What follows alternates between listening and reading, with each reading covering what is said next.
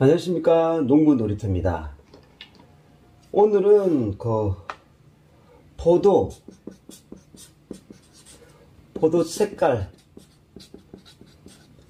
정질시키는 방법에 대해서 얘기해보고자 합니다. 물론 포도를 적정 양이 있어야 돼요. 적정 착과량이라 그러는데, 대부분의 캠벨, 우리가 소위 말하는 캠벨 얼리 있잖아요. 캠벨 얼리나 MBA, 머루포도 아시죠? 캠벨하고 머루포도 아시죠? 흑포도를 얘기하는 겁니다. 300평 정도를 할 때는 한 키로를 하면은 2,400kg.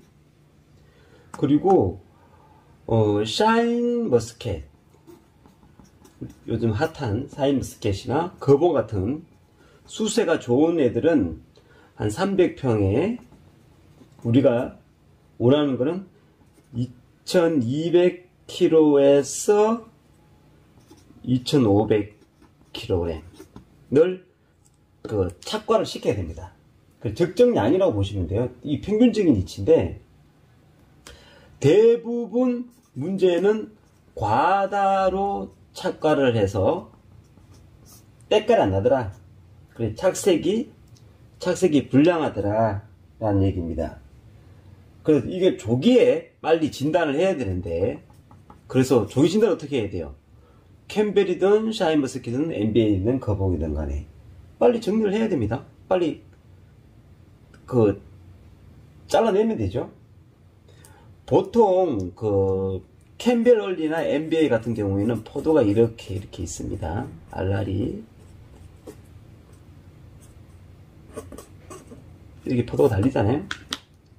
그럴 때 포도 알이 푸른 알 같은 게, 또는 붉은 알들이 하나씩 이렇게 하나씩, 푸른 알들이 하나씩 이렇게 보입니다.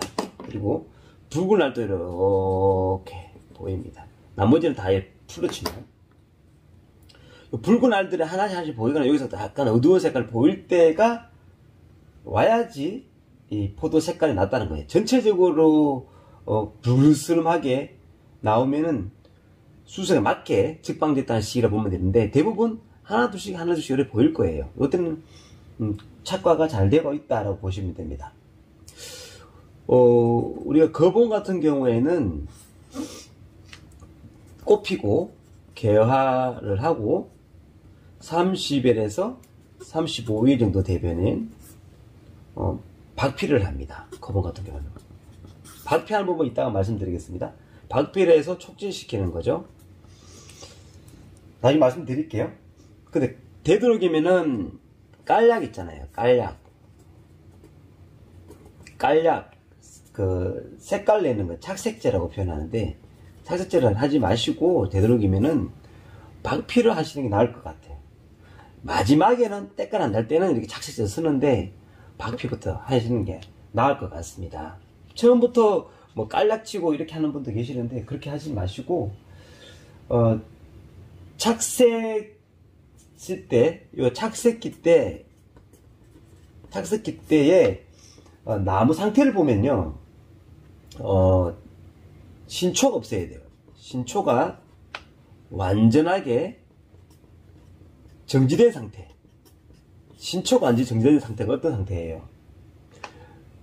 잎 색깔이, 잎맥이 진한 녹색, 완전 녹색입니다. 잎이 너무 파랗다 못해 검죠? 근데 이게 신초가 계속 발생한다는 거는 뭐예요?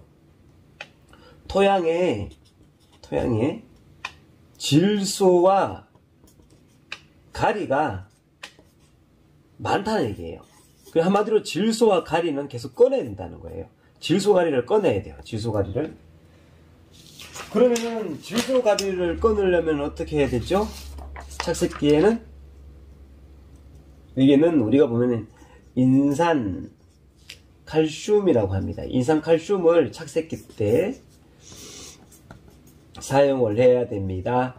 착색기를 사용해야 되는데, 인산 칼슘을 또 어떤 식으로는 과린산석회 또는 중과석이라고도 합니다. 말이 좀 어려워서 그렇지. 그리고 이걸 시용을 해줘야 되는데, 착색이 왔을 때, 착색 초기 때에 300평당 제1 인산 칼슘은 한 2kg. 그 물은 한 말. 아니지. 물 10말. 하면 200리터 정도의, 2kg에 200리터 정도의 한 3회 정도 주기적으로 관주를 하십시오. 관주를 하세요. 근데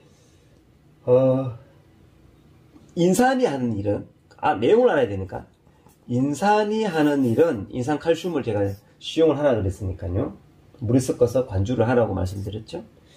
인산은 질소 성분을 수분하는 걸 억제시킵니다. 그 대신에 성숙,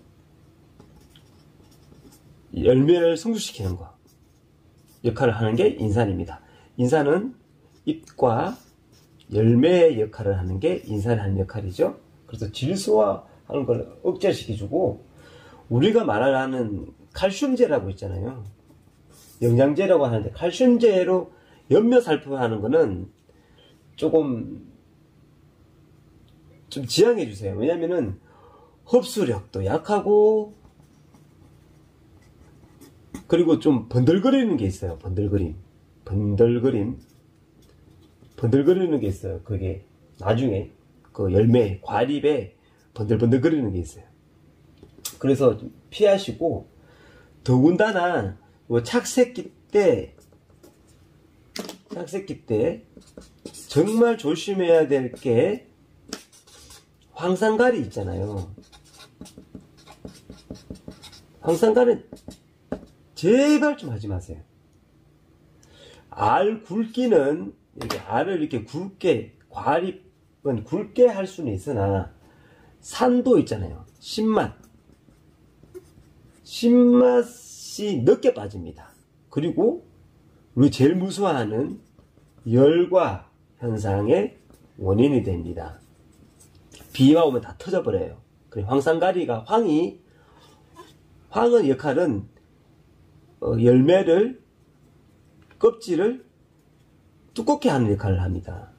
그래서 황산가리보다도 인산칼슘을 하면 좋다는 얘기를 그래서 말씀드리는 거예요. 황산가리는 하려면 좀 일찍 하셔야 되고, 착색기 끝나고 난 뒤에 착색기 후반에는 우리가 말하는 마그네슘이 있죠. 마그네슘, 고토라고 표현하잖아요. 이 고토 때문에 이 황산가리가 기량작용을 해요. 그래서 고토, 마그네슘 흡수를 자꾸 줄이는 역할을 합니다. 기량작용이라는 것은 우리가 원하는 효소보다 다른 효소를 못하게 막아버리는 걸 기량작용이라는 거거든요. 기량작용을 해서 고토 결핍이 일어나버립니다. 그래서 갈반병 같은 그런 병이 생겨버리니까 황산가리를 많이 피하세요. 그리고 당도도 많이 다운됩니다. 황산가리는 당을 올리는 건 아닙니까? 당도를 떨어뜨리게 하는 역할을 하는 거예요. 그러면 착색을 하는 기본 원리는 어떤 원리겠느냐? 날 볼 때에, 착색은 원리는 포도알이 있잖아요. 포도알이 한 8브릭스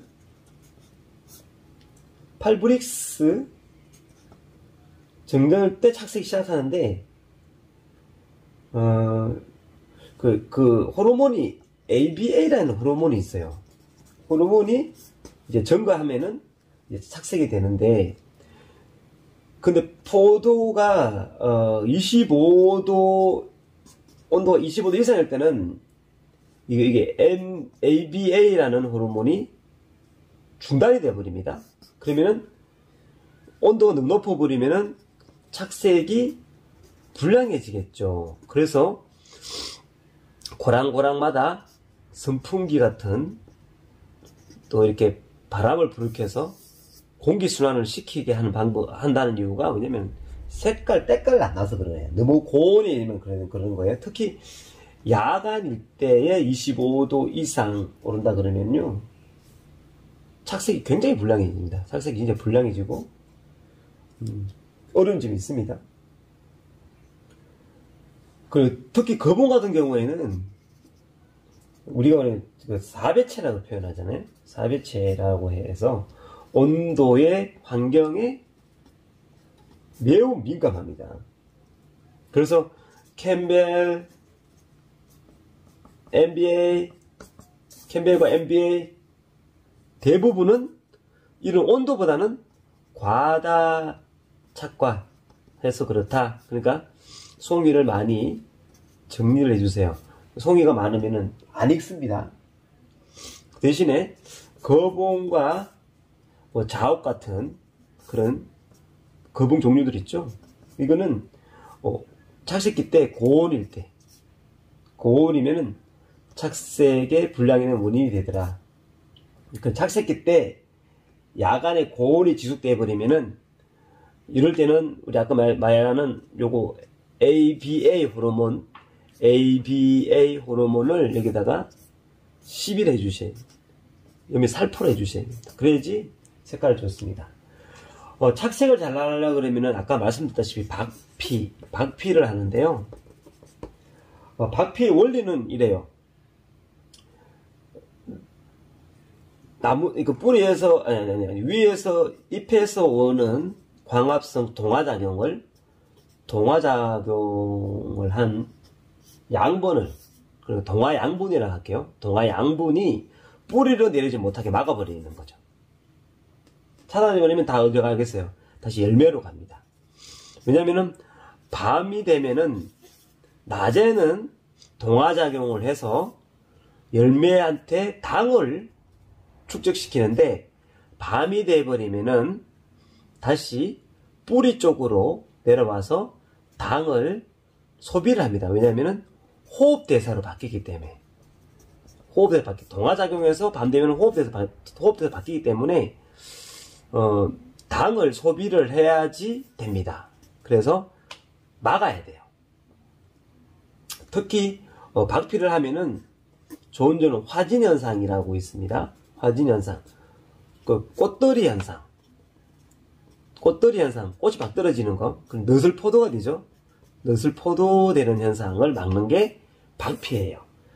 박피를 할 때는 신초에 할 때는 실박피를 하는데요, 얇게 실박피를 합니다.